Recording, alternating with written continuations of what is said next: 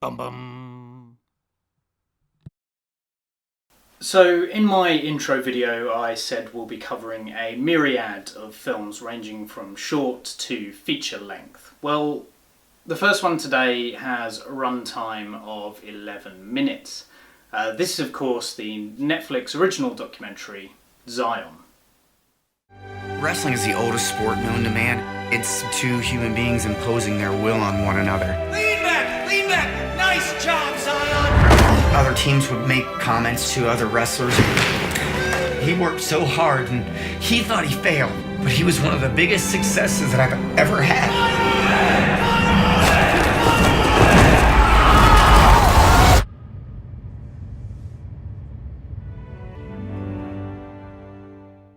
So the short documentary details the story of Zion Clarke, a young wrestler born without legs and who grew up in foster care. And boy, was this a good watch. For such a short piece, it really did tell an inspirational story. And that's one of the things I really love about short films and documentaries. You don't need 2.5 hours to tell a concise story that brings you to tears. And I will admit, I cried a little, especially when Coach Donahue talked about Zion being one of his biggest success stories in high school wrestling. But the one thing I will say is that although the film is as long as it needs to be and focuses solely on Zion, it does leave you wanting more, for it to be just a little bit longer. And I can really see how this could be turned into a feature-length documentary, giving us Zion's life up until now, from childhood to foster parents, to where he currently is.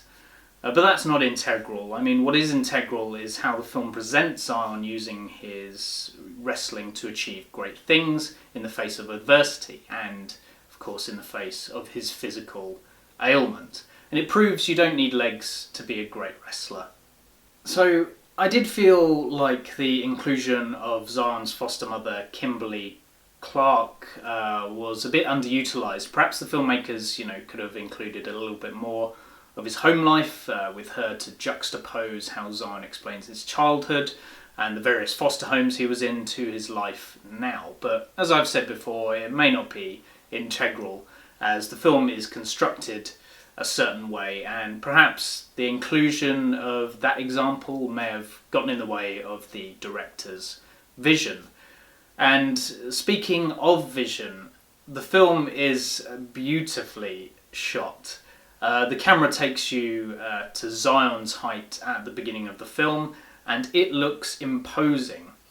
Then you get to the end where he is equal to all of his teammates.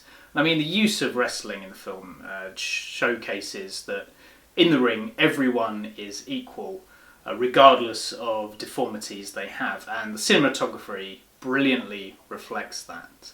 There's also loads of other things to enjoy about the film, including the music, which gives us a sort of operatic and almost heavenly vibe, which I suppose was intentional given the 3 mentions of God and the Bible and Kimberly Clarke's prayer at the end. The score, at least for me, gave the feeling of a grand epic on a small scale, and that you don't need to be a huge star or cure a particular disease to achieve greatness.